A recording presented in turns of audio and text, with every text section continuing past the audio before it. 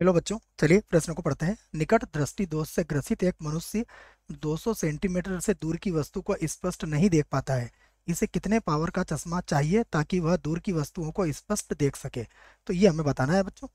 प्रश्न को हल करने से पहले हम प्रश्न के लिए मुख्य अवधारणा लिखेंगे, जिसकी सहायता से इस प्रश्न को हल किया जाएगा। तो अवधारणा मुख्य अवधारणा में हम क्या करेंगे बच्चों?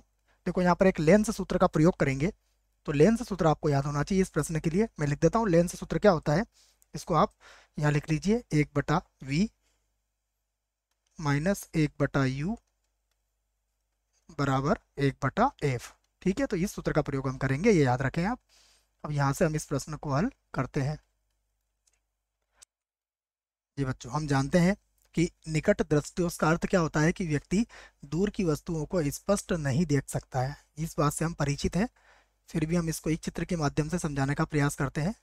मान लीजिए यहाँ पर नेत्र है।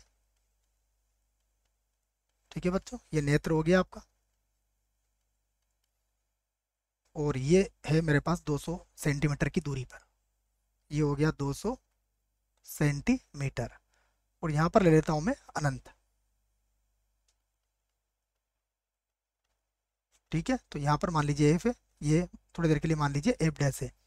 तो अब व्यक्ति को क्या है, निकट दृष्टि दोष है, अर्थात व्यक्ति के साथ क्या समस्या है कि ये केवल 200 सेंटीमीटर तक की वस्तु को देख सकता है, और उसके बाद की वस्तुओं को फिर स्पष्ट रूप से नहीं देख सकेगा।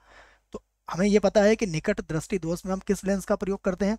अवतल लेंस का प्रयोग करते हैं।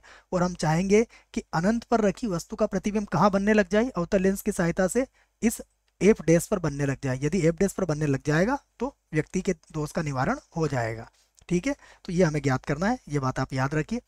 तो अब हम यहाँ पर देखिए, जब हम लेंस के सूत्र का प्रयोग करेंगे बच्चों, तो इसमें हमारे पास क्या क्या दिया गया है। तो सबसे पहले हमें दिया गया है u।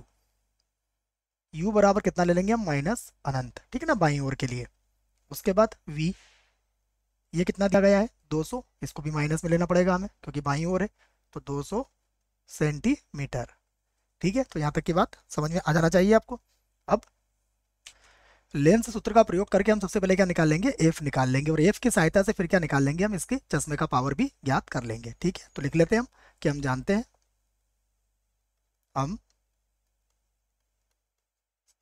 हैं लेंस सूत्र। लेंस सूत्र, देखिए लेंस सूत्र का प्रयोग हम यहाँ पर करने वाले हैं। तो सूत्र क्या होता है हमारे पास? 1/v माइनस 1/u और बराबर होता है 1/f। ठीक है, तो सारे मान हमें दिए गए हैं। v का मान है -200 सेंटीमीटर, तो लिख लेता हूँ मैं 1/1 माइनस का 200 प्लस, ये तो जीरो हो जाएगा बच्चों, और बराबर 1/f। ठीक है, तो यहाँ से देखो f बराबर कितना आ गया? माइनस का 200। ठीक है, और ये किस में आ गया? हमारा सेंटीमीटर में। हम इसको मीटर में बदल सकते हैं, तो मीटर में कितना आ जाएगा? ये -2 मीटर। ठीक है, तो ये माइनस केवल इस बात का सूचक है कि हम बाईं ओर पर हमारा एफ है। ठीक है ना बच्चों, और कोई समस्या हमें इसमें नहीं होना चाहिए। अब क्या ज्ञात करना है हमें? देखिए, तो हम कह सकते हैं प्रश्न में जो पूछा गया है पावर का चश्मा, तो चश्मे की पावर हम यहाँ पर लिख सकते हैं। तो चश्मे चश्मे की समता या पावर। ठीक है, तो उसके लिए सूत्र क्या होता है? 1/f होता है। क्या हो जाएगा? ये 1/f।